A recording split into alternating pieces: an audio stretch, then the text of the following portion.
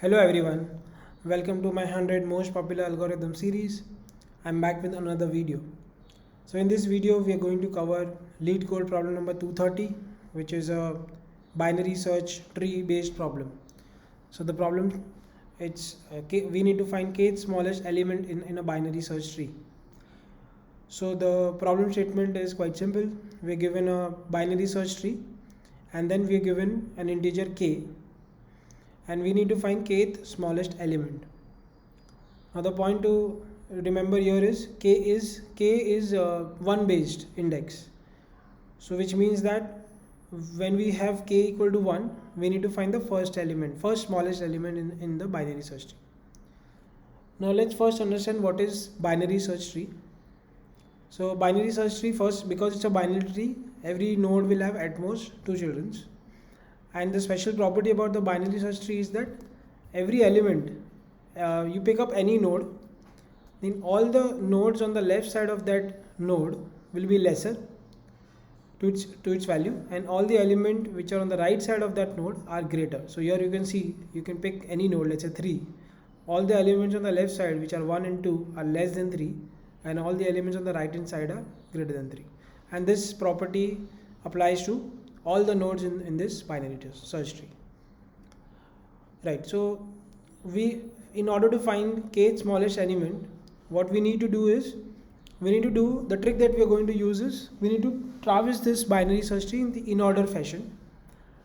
And the in order is basically you traverse all the left side nodes first, then you traverse the root, and then you traverse the right hand side node.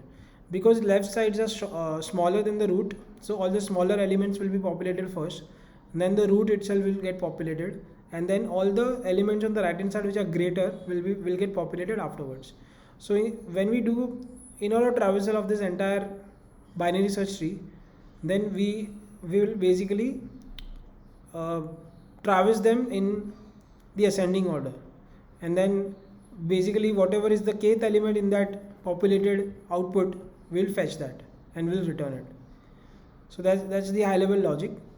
So for example, in this binary search tree, if you do the in order traversal from the root location, first we'll go to the left of root, because in order first goes to the left. Then we recursively perform in order on this. Here also we attempt to go on the left side, but there is no node here. So this becomes the first element, then the root, then we pick root, which is this one. So this becomes the first element in our in order traversal. So that's what I've noted down here. So we'll start with 1. Then on this node we'll go to the right. We have an element. So then we'll perform in order on this recursively. We'll try to go to its left. So there are no elements on its left. Then we'll print 2, because it's the root element at that level. So 2 is the second element in our in order traversal.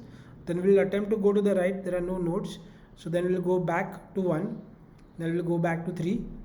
Now 3, all the left nodes are traversed. Now 3 will print itself in the in order fashion. So that is 3.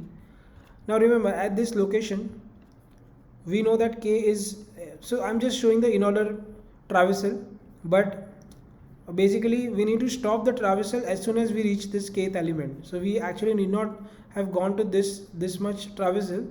We know that we need to find the first element, so we would have just returned 1 whenever we've spotted it.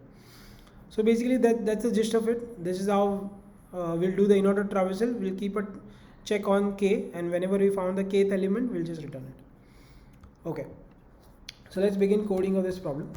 So we need a helper function, okay, which I'll name it search node, which will do this recursive traversal in order fashion.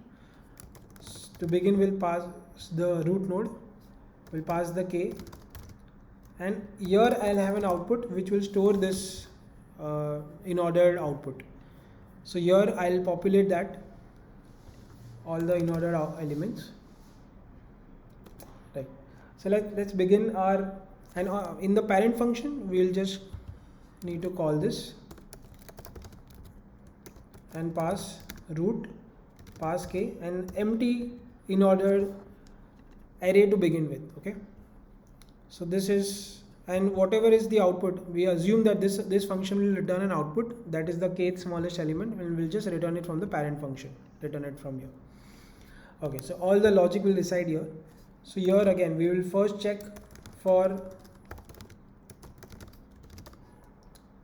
the node whether it is empty or not.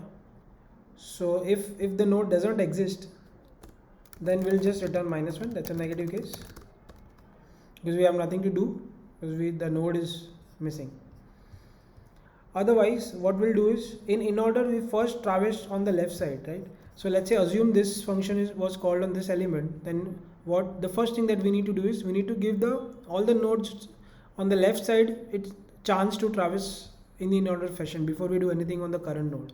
So I'll just straight away call this function recursively on my left child. I'll pass k and I'll pass the output.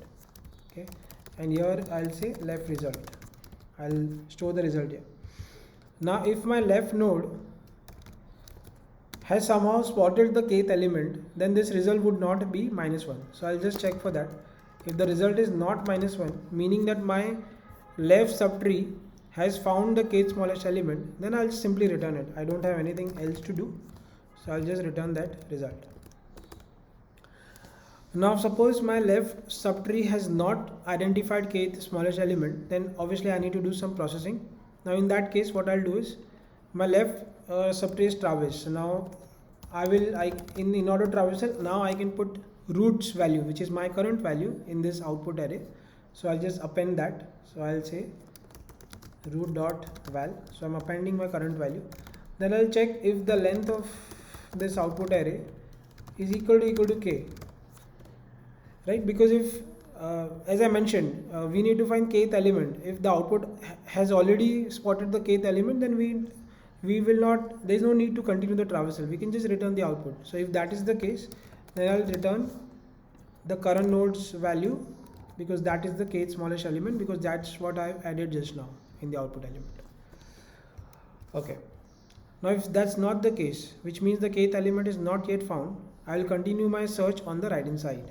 So I'll just do this right result, and I'll continue traversing on the right hand side, and I'll just simply return the result. Because here I don't have to check this right result explicitly -1 or not, because I can just simply return it, because here I need to make a decision, right, whether to go forward or not. So that's the reason why I need to make that check. Here I can just simply return it. So yeah, that's the code that we need to write. Let's quickly try to run this. Hopefully there are no compilation issues. Yeah, it worked. Great. So I have given 3 as the output. I was trying this particular example, and kth third smallest element. Let's try for 6th smallest element. So we should get 6 as the output. Yeah, it worked.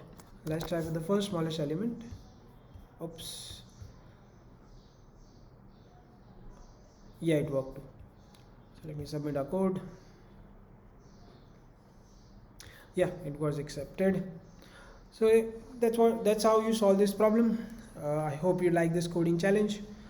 For more coding challenges like this, stay tuned. I'll see you in the next one. Bye.